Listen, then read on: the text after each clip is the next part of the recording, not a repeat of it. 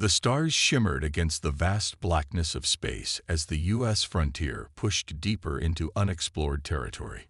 Commander Ethan Walsh stood on the bridge, his eyes fixed on the main view screen. This was humanity's most ambitious exploration mission yet, venturing beyond the safety of charted space. "Commander, we're approaching the Orion Nebula boundary," said Lieutenant Susan Garcia from her station. Her fingers danced across the control panel as she monitored the ship's sensors. "I'm detecting unusual energy patterns that don't match anything in our database." Walsh nodded, his expression serious. "Keep us at safe distance. Record everything." The U.S. frontier was not alone. Two smaller escort vessels, the Dauntless and the Valor, flanked it in protective formation. The three ships represented the pride of Earth's space fleet, equipped with the latest technology humans could develop. "Sir, the energy readings are getting stronger," Garcia said, her voice tense. "They're moving." Before Walsh could respond, red warning lights flooded the bridge. The tactical officer, Jack Miller, shouted, "Multiple objects approaching at high speed. They're not responding to hails." Walsh barely had time to order shields up when the first blast hit. The ship rocked violently, throwing crew members against consoles. Through the view screen, Walsh saw them for the first time. Sleek, predatory vessels that moved like sharks through water. They were unlike any ships humans had encountered before, with organic-looking hulls that seemed to ripple as they moved. "Return fire," Walsh ordered, gripping his command chair. The Frontier's weapons flared to life, but the alien ships moved with uncanny speed, evading most shots.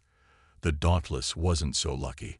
3 enemy vessels surrounded it, their weapons tearing through its shields like paper. "The Dauntless is taking heavy damage," Miller reported grimly. Walsh watched in horror as the escort ship exploded in a brilliant flash of light and debris. Before the crew could process what happened, the Valor suffered the same fate. "Get us out of here," Walsh commanded. Emergency jump sequence. The navigator, Alan Ross, worked frantically, calculating emergency coordinates. "Sir." Garcia's voice cut through the chaos. "Commander, I've managed to capture images of the attackers. There's something alive in those ships." On her screen, Walsh saw a glimpse of the enemy, tall, muscular beings with scaled skin and rows of sharp teeth. They moved with predatory grace, their eyes showing intelligence, and something worse, hunger. "Jump now," Walsh ordered as another blast rocked the ship. The stars stretched around them as the Frontier escaped into hyperspace, leaving behind the mysterious attackers and the debris of their escort ships. 3 days later, Walsh stood before the United Terran Defense Council on Earth, the images from Garcia's sensors displayed on the large screen behind him. "Ladies and gentlemen," he said to the grim-faced council members, "we have encountered a new species. Based on the limited data we collected, they appear to be highly aggressive and technologically advanced." Admiral Helen Frost, head of the council, leaned forward. "Do we know anything about them?" Dr. Ben Carpenter, the xenobiologist assigned to the Frontier, stepped forward. "From the images Lieutenant Garcia captured, they appear to be evolved from apex predators. Their ship design, attack patterns, and even their physical appearance suggest a species that evolved as hunters. And they've just found new prey," Walsh added quietly. Admiral Frost's expression hardened. "How many crew did we lose?" 87 on the Dauntless, 63 on the Valor," Walsh replied, the numbers weighing heavily on him. "We need to prepare. If they traced our jump, they could find Earth." The council chamber fell silent as the implications sank in. "These predators have never encountered humans before," Admiral Frost finally said. "They don't know what they're dealing with." She stood, addressing the full council. "I'm declaring a Level 1 alert. All military vessels are to be recalled. We need to prepare Earth's defenses immediately." As the council erupted into urgent discussions, Walsh looked again at the image of the alien predators. They had attacked without provocation or warning, treating humans as nothing more than prey. They would learn their mistakes soon enough. Dr. Kevin Howard hunched over his workstation, studying the images of the alien attackers. For 3 days straight, he had analyzed every frame captured by the U.S. frontier. The lab around him was quiet except for the soft hum of computers. "They're perfect predators," he muttered to himself. The door slid open, and Captain Laura Mitchell walked in. Her uniform was crisp, but dark circles under her eyes revealed she hadn't slept much. "Any progress, Doctor?"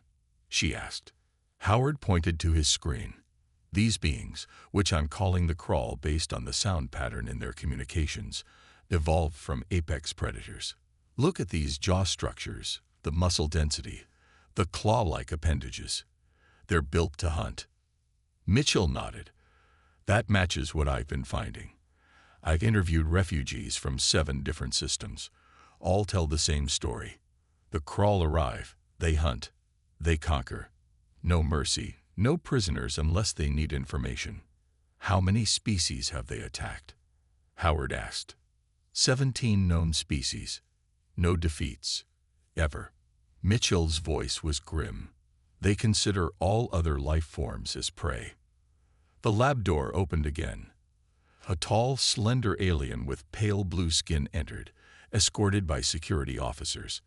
Ambassador Scathar of the Galactic Alliance had arrived on Earth just hours earlier, the first of his kind to visit the planet. "The Alliance has been retreating from crawl space for decades," Scathar said without preamble. "They cannot be reasoned with. They only understand dominance." His large eyes studied the humans. "But you are different from other species we have encountered." Howard raised an eyebrow. "Different how?" Scathar approached Howard's workstation, pointing to an image of human DNA beside the Crawl samples. "Most intelligent species evolved from prey animals or omnivores. The Crawl are the only known spacefaring predator species." He paused. "Until humans." Mitchell and Howard exchanged glances. "Humans are predators?" Mitchell asked, surprised. "Not like the Crawl," Howard said slowly as understanding dawned. "We didn't evolve from ambush predators. We were persistence hunters." Scathar nodded. "This is why I came. Your endurance, your problem-solving, your adaptability. These are unique. The Crawl hunt by overwhelming force. Humans hunt by outlasting." A communication alert sounded. Mitchell tapped her wrist device, and Admiral Frost's face appeared. "Captain, we've received a transmission. It's being broadcast on all frequencies." The screen in the lab switched to show a Crawl. It stood tall, at least 7 feet, with scaled skin and eyes that seemed to burn with predatory intelligence. "Humans," the Crawl said, its voice deep and slightly distorted by translation software. "You have entered territory claimed by the Crawl Dominion. Your ships trespassed. Your species is now marked. Submit to Crawl authority and provide tribute in resources and slaves, or be hunted to extinction. You have 3 Earth days to respond." The transmission ended. "They're offering us a chance to surrender," Mitchell said quietly. Howard shook his head. "No, they're toying with us. Predators sometimes play with their food." Scathar's expression was solemn. "Every species that has surrendered has eventually been conquered anyway. The Crawl respect only strength." Mitchell's wrist device beeped again. "The Defense Council is calling an emergency session. They want us all there." An hour later, they stood in the council chamber. Representatives from every major Earth nation and colony filled the seats. Admiral Frost addressed the room. "The Crawl have given us 3 days to respond. I've reviewed all available data on their previous conquests." She paused, looking around the room. "They expect us to run or submit. They've never faced another predator species before." General Peter Ramirez stood. "Then let's show them what happens when you threaten a planet of hunters. The Crawl think they're the only predators in the galaxy." He smiled grimly. "They're about to learn they're wrong." The council erupted in discussion. In the back of the room, Howard turned to Scathar. "You said humans hunt by outlasting. What did you mean?" Scythar's alien features formed what might have been a smile. The crawl strike hard and fast. But humans never stop coming. That is what makes you dangerous. That is what gives us hope. General Peter Ramirez stood before a holographic map of the Orient sector. Red markers showed known crawl outposts. Blue markers showed the small human fleet. They were outnumbered 5-1. "We don't fight them on their terms," Ramirez said to the team gathered in the war room. "The crawl expect direct confrontation. We won't give them that." Engineer Olivia Kelly raised her hand. "I've been studying Earth predators. Wolves, lions, eagles. Each has hunting techniques we can adapt to space warfare." She tapped her tablet, and the hologram changed to show a new ship design. "This is the stealth system I've developed. It mimics how Earth predators hide their presence until the perfect moment to strike." Commander Walsh studied the design. "How soon can we implement this?" "The U.S. frontier can be refitted in 3 days," Kelly replied. Ramirez nodded. "Good. While the frontier is being upgraded, we'll prepare a strike team." In the training facility below Earth's surface, Major Kyle Dixon led a squad through combat drills. The soldiers moved quietly in formation, using hand signals instead of verbal commands. "The crawl rely on overwhelming force," Dixon explained to Lieutenant Nicole Chen as they watched the team practice. "They've never faced an enemy that hunts like we do. We'll use that against them." Chen nodded. "Guerrilla tactics. Hit fast, then disappear." "Exactly," Dixon said. "Humans hunted animals far stronger than themselves for thousands of years. We didn't win with strength. We won with endurance and intelligence." 5 days later, the refitted U.S. frontier departed Earth orbit carrying Dixon's strike team. Their target, a small crawl outpost on the edge of their territory. In the ship's briefing room, Walsh addressed the crew. "The crawl gave us 3 days to surrender. Today is day 6. They're expecting a massive fleet or none at all. They're not expecting this." Dixon stood next to him. "My team will infiltrate the outpost, plant explosives at key points, and extract. The goal is not just damage, but psychological impact. The crawl need to know they're being hunted." The journey took 2 days. The frontier dropped out of hyperspace far from the outpost, using its new stealth systems to approach undetected.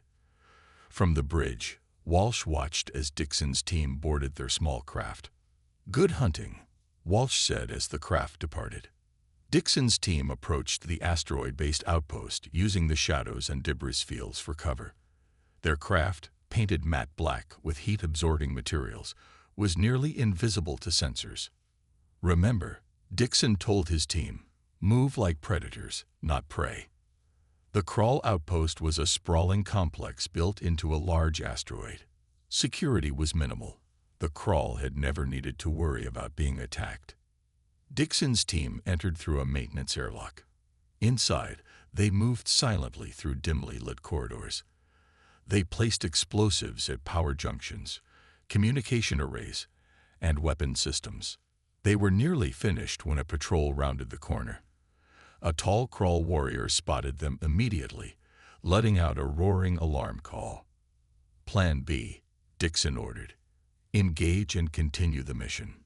The humans fired their weapons.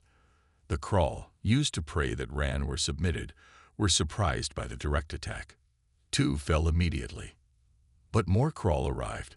One launched itself at Dixon, slashing with clawed hands. Dixon dodged, but the claws caught his side, tearing through his armor. Chen fired, hitting the crawl in the head. "Major, you're wounded." "Complete the mission," Dixon ordered through gritted teeth. The team fought their way back to the extraction point, Dixon leaning on Chen. Behind them, the first explosions began rocking the station. They reached their craft and launched just as the main power core of the outpost exploded. The asteroid cracked apart in a spectacular series of explosions. On the frontier, Walsh received the returning team. Medics rushed Dixon to the medical bay. "Report," Walsh said to Chen. "Mission accomplished, sir," she replied. "The outpost is destroyed. We lost no one, but Major Dixon is badly injured. In the medical bay, Dixon lay on a bed while doctors worked on his wound. Despite the pain, he smiled. "Did you see their faces, sir?" he asked Walsh. They weren't just angry. They were shocked. They've never been hunted before. Walsh nodded. "Rest now, Major. You've changed the game. The Crawl aren't just predators anymore." "No, sir," Dixon said, his voice weak but determined. "Now they're prey." Deep in Crawl space, Supreme Hunter Vorax slammed his fist on the table. The holographic display showed the destroyed outpost, still floating in pieces. "How did they get past our defenses?" he demanded. His advisors lowered their eyes, no one wanting to answer. "Who attacks a superior force? It defies natural law." "They are different." "Supreme Hunter," said Commander Kretsch, the oldest of his advisors. "These humans do not behave as prey should." Vorax growled. "Assemble our best hunters. I want these humans dealt with before others get ideas." Back on Earth, Major Dixon lay in the recovery ward. His wounds were healing, but doctors said he would carry the scars forever. He didn't mind. Scars were stories. Intelligence Officer Ryan Martinez entered, carrying a tablet. "Good to see you awake, Major." Dixon tried to sit up. "What's happening out there?" "Your mission changed everything," Martinez said, showing Dixon the tablet. "See for yourself." The screen showed footage from across the galaxy. Alien species, long dominated by the Crawl, were fighting back using human tactics. Small ships striking quickly and disappearing. Traps being set for Crawl patrols. "They're copying our methods," Dixon said with a smile. Martinez nodded. "Captain Mitchell has been teaching resistance tactics to representatives from 7 different species. The Crawl are facing rebellion on multiple fronts now." In the science labs, Dr. Howard worked alongside alien researchers. Holographic displays showed Crawl biology compared to human biology. "Here's what makes them different from us," Howard explained to Admiral Frost. "The Crawl evolved for short bursts of extreme power. They can outmatch us in strength, speed, and reflexes." But he highlighted a section of the display. "They have poor endurance. Like sprint predators," Frost said. "Lions, tigers." "Exactly," Howard replied. "Meanwhile, humans evolved for persistence hunting. We can't match their burst speed, but we can go longer, recover faster, and adapt quicker." Frost smiled. "So we exhaust them." "That's our advantage," Howard confirmed. "No species in the galaxy evolved quite like humans. We're built to keep going when others give up." Across the galaxy, Captain Mitchell stood on the bridge of the diplomatic vessel Hope. Before her, representatives from 12 alien species sat in a semicircle. Some had tentacles, others wings, but all looked to her with the same expression. "Hope, the Crawl have hunted your peoples for generations," Mitchell said.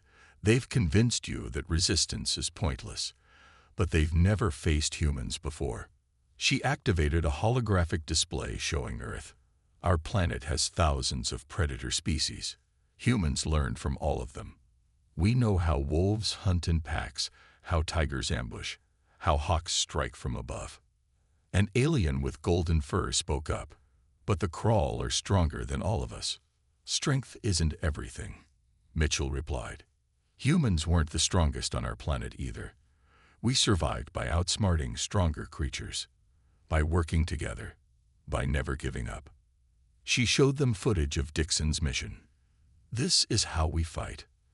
Not with overwhelming force, but with strategy, patience, and determination." The aliens murmured among themselves. Finally, the golden-furred one stood. "We will join your alliance."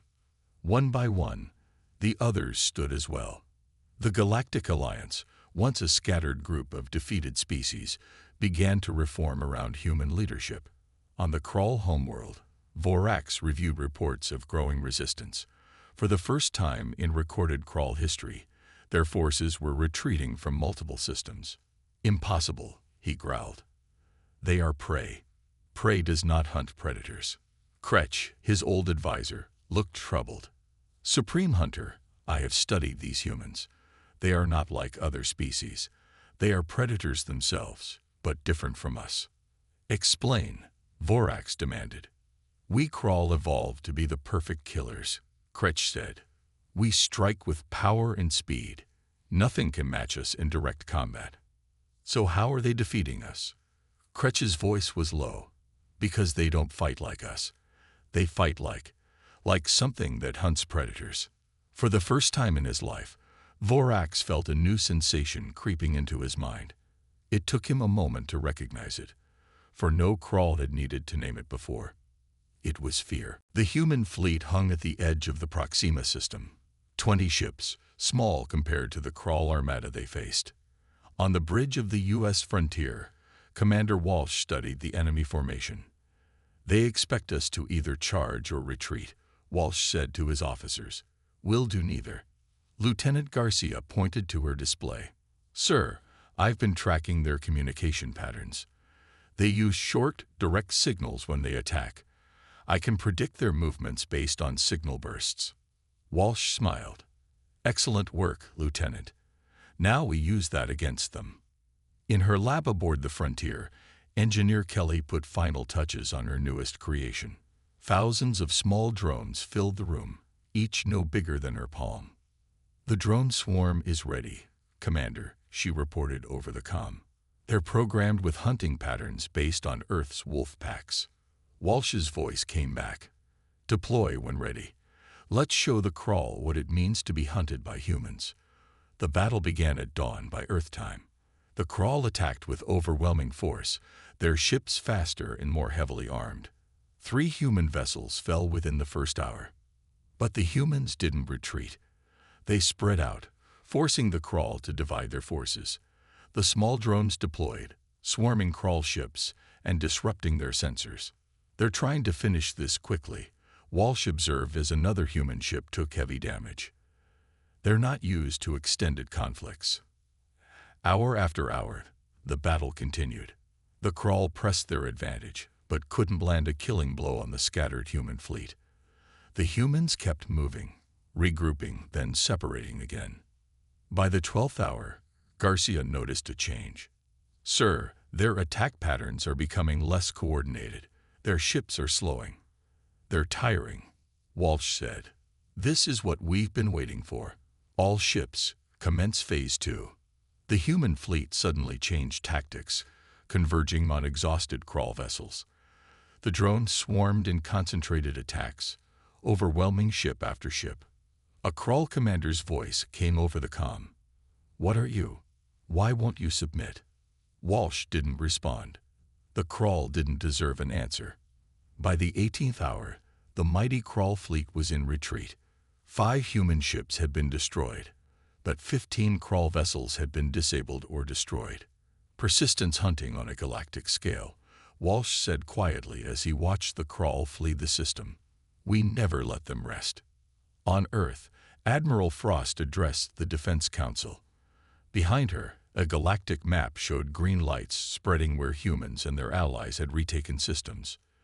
The war of attrition is working, she reported. The Crawl strategy depends on quick victories. They don't know how to handle an enemy that keeps coming. General Ramirez stood. Our casualty rates are high. We've lost nearly 30% of our ships. And the Crawl have lost 40% of theirs, Frost countered. More importantly, we're breaking their will. They've never faced defeat before. They don't know how to process it.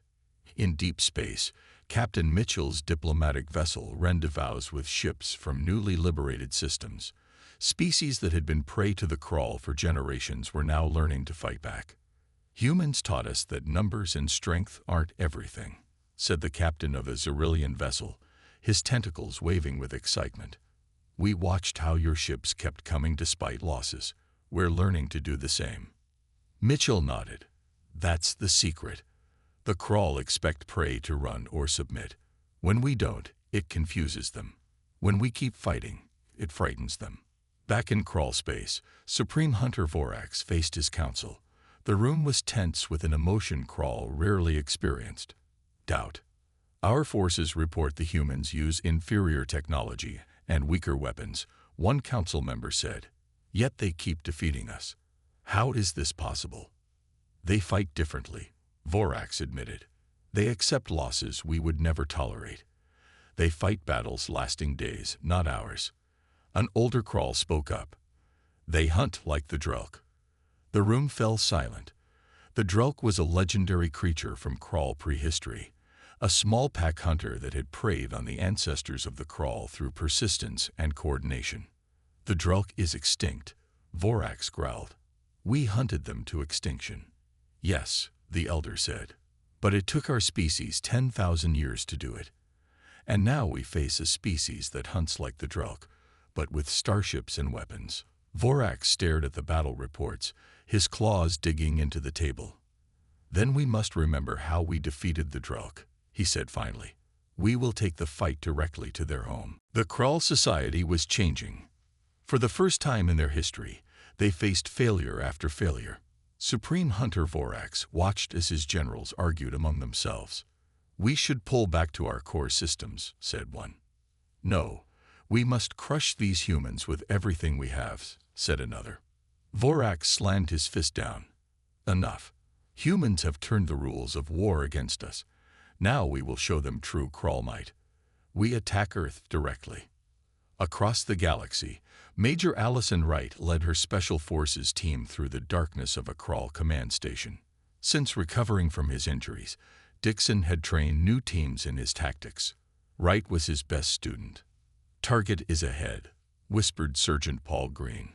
Krull leadership structure is inside. Wright nodded. Her team carried weapons designed by Engineer Kelly, specifically to exploit Krull weaknesses.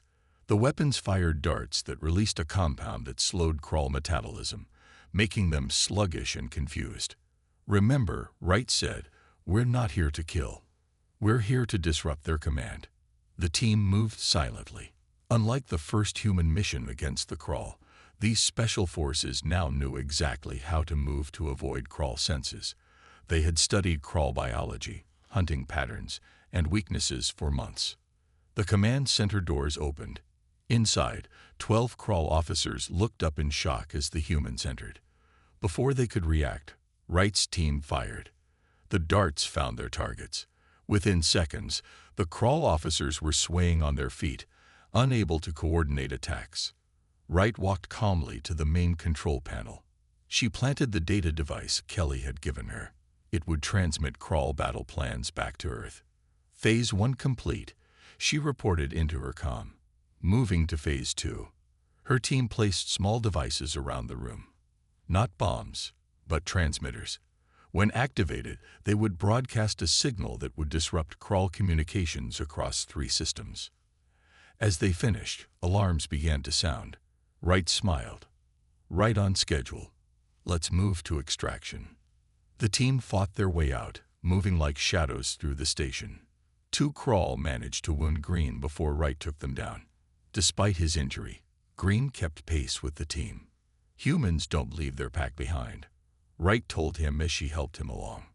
Back on Earth, the warning came suddenly. Long-range sensors detected a massive fleet approaching the Sol system. The largest Krull armada ever assembled was heading directly for humanity's homeworld. Admiral Frost called an emergency meeting. They're coming with everything they have. This is their desperate move. General Ramirez studied the tactical display. They expect us to defend Earth the same way we fought elsewhere. We won't. The plan came together quickly. Earth's defenses would be arranged differently than in any previous battle. Engineer Kelly's newest weapons would be deployed in an unusual pattern. The Krull are learning, Ramirez warned. They won't fall for the same tricks twice. Then we'll show them new ones, Frost replied. The battle for Sol began 3 days later. The Krull armada emerged from hyperspace, their ships filling the space between Mars and Earth. It was the largest space conflict in recorded history. From her position on the Lunar Command Base, Admiral Frost watched as the human fleet engaged. They didn't spread out as before. Instead, they formed tight formations, then broke apart at unexpected moments, creating ambush opportunities. They're using pack hunting techniques, observed Dr. Howard, who stood beside her. Wolves do this. Some members drive the prey, others wait to ambush. Frost nodded. The Crawl evolved as solitary hunters. They don't understand coordinated pack tactics. Kelly's new weapons proved devastating. Based on her study of Crawl physiology, she had created energy weapons that specifically disrupted their nervous systems. Crawl ships began to drift, their crews unable to function at full capacity. Still, the Crawl pushed forward, their numbers overwhelming. 3 human defense platforms fell. A Crawl battle group broke through and headed for Earth. Then Wright's Special Forces teams, hidden in stealth ships throughout the battlefield, sprang their trap. They targeted Crawl command ships with precision strikes. "The tide is turning," Frost said as she watched the Crawl fleet begin to lose cohesion. For the first time since the war began, humanity pushed into Crawl territory instead of just defending. The predators were becoming the prey. Dr. Howard stood before a strange device in his lab. Ambassador Scathar worked beside him, adjusting controls on the alien technology. "Are you sure this will work?" Howard asked. Scathar's large eyes blinked slowly. "My species studied the Crawl for generations. We know how their minds work. They are predators, and predators have specific fears." The device was a modified communication system. It would broadcast across all Crawl frequencies.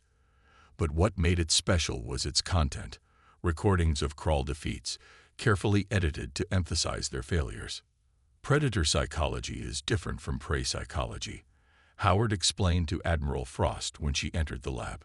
Prey species fear being caught. Predator species fear being weak, being outmatched. Frost looked skeptical. "And broadcasting their defeats will affect them how?" Scathar answered, "To a predator, seeing another of your kind defeated suggests you can be defeated too. It creates uncertainty. Crawl society is built on absolute confidence." The Admiral nodded slowly. "Psychological warfare. Do it." Across Crawl space, the broadcasts began. Every communication channel, every Crawl ship and base received the same images. Crawl vessels retreating, Crawl warriors defeated, human ships hunting down Crawl commanders. The effect was immediate. Reports came in of Crawl ships fighting each other. Crawl commanders refused to follow orders, believing their leaders were weak. Captain Mitchell sat at a diplomatic table, facing something no human had seen before. A Crawl willing to talk. Commander Drac was from a faction that had split from Vorax's leadership. "Your species fights differently," Drac said, his predator eyes studying Mitchell carefully. "You accept losses that would shame any Crawl. You continue when logic says to stop." Mitchell maintained steady eye contact, knowing Crawl respected directness. "Humans have always faced stronger opponents. We survived by persistence, by cooperation, by thinking differently." "The Supreme Hunter believes total war is the only answer," Drac continued. "But some of us see that this path leads to our destruction." It was the first crack in the Crawl's unified front. Mitchell reported back to Earth immediately. In the Crawl High Command, Supreme Hunter Vorax faced growing opposition. Half his commanders had either defected or failed to report for duty. "The humans have poisoned our warriors' minds," Vorax raged. "They make us doubt ourselves." His most loyal commander, Kretch, spoke carefully. "Supreme Hunter, perhaps we should consider a different approach." Vorax turned on him with a snarl. "You too. Have you forgotten what we are? We are Crawl. We do not negotiate with prey." "But humans are not prey," Kretch said quietly. "That is what we failed to understand from the beginning." Vorax paced the command center. Finally, he stopped and looked at the galactic map. The human alliance had pushed into nearly a third of Crawl territory. "There is one way to end this," he said. "By their own customs, I challenge Earth to single combat. One champion against one champion. Winner takes all." On the frontier, Lieutenant Garcia intercepted the message. She worked through the night to analyze it, comparing it to all known Crawl communications. "It's genuine. she reported to Commander Walsh. This is their most sacred tradition. If they lose a leadership challenge, they must submit by their own laws. Walsh immediately sent the message to Earth. The Defense Council debated for hours. Finally, General Ramirez spoke up. We accept their challenge, but on our terms. We choose the battlefield and the conditions. The response was sent. Vorax agreed, believing his superior strength and speed would guarantee victory regardless of conditions. Little did he know that humans understood something fundamental about combat that the Crawl had never grasped. The strongest fighter doesn't always win. The last one standing does. As preparations began for the historic confrontation, Dr. Howard met with Major Wright, who had been selected as Earth's champion. Don't try to match his strength, Howard advised. That's what every species before us did, and they all lost. Wright nodded. I won't fight like a Crawl. I'll fight like a human. I'll outlast him. The arena was built on a neutral moon. Representatives from 17 species gathered to witness the combat that would decide the fate of the galaxy. In the center stood a simple circular platform, 50 meters across. General Ramirez watched as Major Wright prepared. She wore light armor, designed for movement rather than protection. At her side hung a simple combat knife. Are you sure about the weapon choice? Ramirez asked. Wright nodded. The Supreme Hunter will expect me to match his strength. I won't. I'll fight my way. Across the preparation area, Supreme Hunter Vorax stood tall and proud. His scaled skin gleamed under the lights. His claws, natural weapons, had been sharpened to razor points. He carried no other weapons. Ambassador Skithar approached the human delegation. The terms have been accepted by all parties. The combat continues until one champion can no longer fight. No outside interference is permitted. Ramirez gripped Wright's shoulder. Remember your training. Remember what you're fighting for. Wright smiled. I'm not just fighting for Earth. I'm fighting for every species the Crawl have hunted. The two champions stepped onto the platform. Vorax towered over Wright, nearly twice her size. His muscles rippled under his scaled skin. Human. Vorax growled. You should feel honored. I have never had to face prey in personal combat before. Wright met his gaze steadily. That's your first mistake. I'm not prey. A signal sounded, and the combat began. Vorax moved with blinding speed, slashing with his claws. Wright dodged, moving just out of reach. She didn't attempt to strike back. The Crawl leader attacked again and again. Each time, Wright evaded, never staying still, never engaging directly. Minutes passed. Then an hour. What is she doing? One alien observer asked Commander Walsh, who stood watching intently. Persistence hunting, Walsh replied. The most ancient human hunting technique. Vorax's attacks grew slower. Sweat dripped from his scales. Still, Wright kept moving, circling, dodging. When Vorax lunged, she slipped aside, making him use energy while preserving her own. 2 hours passed.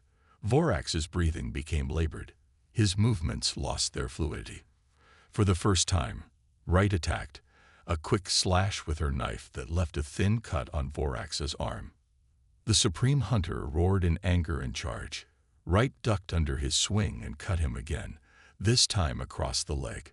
Not deep wounds, but enough to bleed, enough to cost more energy.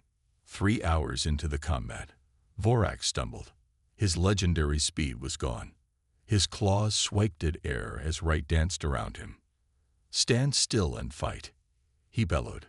I am fighting, Wright replied calmly. I'm fighting like a human. 4 hours. Vorax fell to one knee, his chest heaving. Wright circled him, still moving steadily. She showed signs of fatigue, but nothing like the Crawl leader's exhaustion. Do you yield? She asked. Vorax snarled and lunged one last time. Wright stepped aside and brought her knife down on his shoulder, a deeper cut that finally brought the mighty hunter to the ground. How? Vorax gasped. How can you still fight? Wright stood over him. Humans don't win by being strongest. We win by enduring, by outlasting, by never giving up. The Supreme Hunter looked up at her, understanding finally dawning in his predator eyes. "I yield," he said. The words echoed across the arena. By Crawl law, their entire species was now bound to honor the outcome. 1 month later, representatives from all known species gathered on Earth. Commander Walsh stood beside Admiral Frost as the new Galactic Concord was signed. Humans, Crawl, and 16 other species agreed to peace terms. "The Crawl will honor our agreement," said the new Crawl leader, Kretch. "It is our way. You defeated us fairly." Ambassador Skithar addressed the gathering.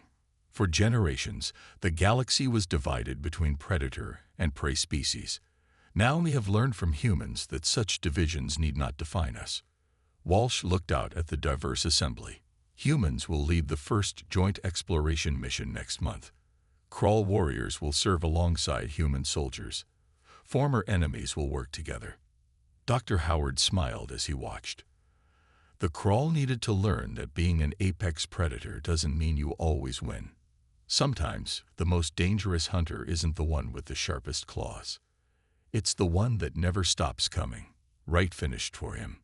Across the galaxy, species that had lived in fear for generations began to build a new future. Schools were established where humans taught their unique perspective on warfare and peace. The lesson was simple but profound.